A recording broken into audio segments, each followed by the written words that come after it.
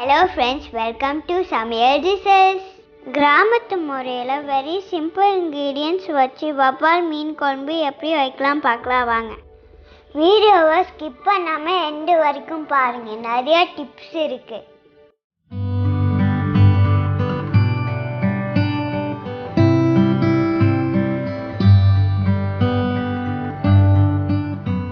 இன்றைக்கி மீன் குழம்பு செய்ய நான் வவ்வால் மீன் எடுத்திருக்கேன்.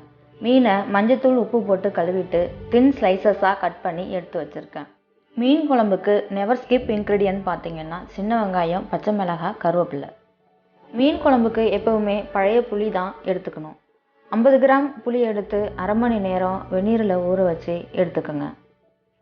புளி நல்லா ஊறி வந்ததும் சக்கை எதுவும் இல்லாமல் கைகளால் பிசைஞ்சி புளி கரைசலை எடுத்து வச்சுக்கோங்க. இது கூட அரை டீஸ்பூன் மஞ்சத்தூள் சேர்த்துக்கோங்க. இந்த மீன் குழம்புக்கு குழம்பு மிளகாய் தூள் 4 டீஸ்பூன் எடுத்து நான் கரைச்சி வச்சுருக்கேன். மீன் குழம்புக்கு தனி மிளகாய் தூள், மல்லித்தூள் கூட பயன்படுத்திக்கலாம். இது கூட குழம்புக்கு தேவையான உப்பு சேர்த்து குழம்ப கரைச்சி வச்சுக்கோங்க.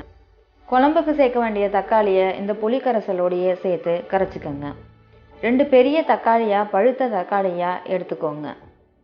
நம்ம குழம்போட தக்காளியை கரைக்கும் போது இந்த மாதிரி வரும் தக்காளி சக்கையை தனியாக ஒரு பிளேட்டில் எடுத்து வச்சுக்கோங்க. இந்த ஸ்டேஜில் குழம்புக்கு தேவையான உப்பு, புளிப்பு, காரம் எல்லாம் கரெக்டாக இருக்கான்னு செக் பண்ணிக்கோங்க. மீன் குழம்புக்கு எப்போவுமே புளிப்பு கொஞ்சம் கூடுதலாக இருக்கணும். மீன் குழம்போட ருசியே இந்த குழம்பு கரைக்கிற பக்குவத்தில் தாங்க இருக்குது. மீன் குழம்பு செய்ய அடி கனமான பாத்திரமாக எடுத்துக்கோங்க. இதில் 2 டேபிள் ஸ்பூன் ஆயில் சேர்த்து 1 டீஸ்பூன் வெங்காயம் வடகம் சேர்த்துக்கோங்க. மீன் குழம்புக்கு எப்போவுமே அதிகமாக கருவேப்பிலை யூஸ் பண்ணும்போது கூடுதல் சுவையாக இருக்கும்.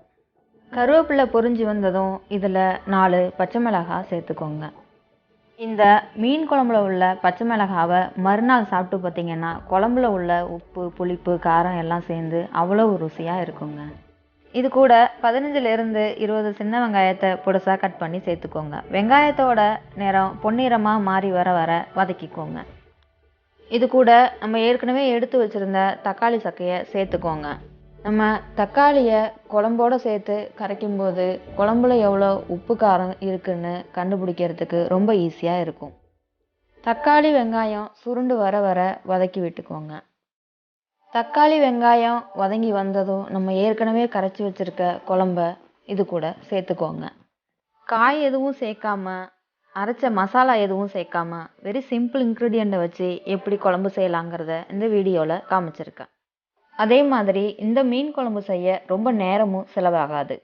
இந்த மீன் குழம்புக்கு தேங்காய் மசாலா எதுவும் நம்ம சேர்த்துக்கல. அதனால இந்த மீன் குழம்பு 2லேருந்து 3 நாள் வர டேஸ்ட்டு நல்லாயிருக்கும். புளி ஊற தான் டேஸ்ட்டு அதிகமாக இருக்கும். அதனால இந்த மீன் குழம்பு முதல் நாள் சாப்பிட்றத விட அடுத்த நாள் சாப்பிடும்போது டேஸ்ட்டு இன்னும் கூடுதலாக இருக்கும்.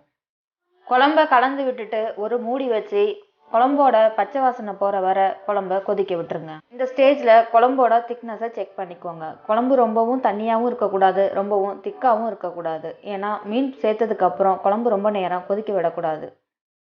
குழம்புல மீனை ஒன்றா சேர்த்துக்கோங்க. குழம்புல மீன் ஒன்றோட ஒன்று ஒட்டாதது மாதிரி சேர்த்துக்கோங்க. மீன் குழம்புக்குள்ளே மீன் முழுகிறது மாதிரி இருக்கணும். அப்போ தான் குழம்போட உப்பு, காரம், புளியெல்லாம் மீனுக்குள்ளே சேரும். குழம்புக்குள்ளே மீனை ஒன்றா சேர்த்த பிறகு கரண்டி எதுவும் வச்சு கலந்து விடாமல் குழம்ப ஒரு மூடி வச்சு கொதிக்க விட்டுருங்க. 5லேருந்து 10 நிமிஷத்துக்குள்ளே மீன் வெந்து வந்துடும். மீன் வெந்ததும் கடைசியாக கருவேப்பிலை இலை நிறைய தூவி குழம்ப இறக்கிடுங்க. மீன் குழம்புல கடைசியாக கருவேப்பிலை சேர்க்கும் போது மீன் குழம்போட மனம் இன்னும் கூடுதலாக இருக்கும். இந்த மெத்தடில் குழம்பு வச்சிங்கன்னா ஒரு மீன் கூட உடையாமல் வரும். கிராமத்து முறையில் யம்மியான வவ்வால் மீன் குழம்பு ரெடி. இந்த மீன் குழம்ப நாங்கள் முதல் நாள் இட்லி கூட சாப்பிட்டோம், மறுநாள் சாதத்தை கூட சாப்பிட்டோம். உங்களுக்கு சாதத்தை கூட சாப்பிட பிடிக்குமா இல்லை இட்லி கூட சாப்பிட பிடிக்குமான்னு எனக்கு கமெண்ட்டில் சொல்லுங்கள். ஹெல்த்தி அண்ட் சிம்பிள் ரெசிபிக்கு subscribe Samayal Dishes. Thanks for watching.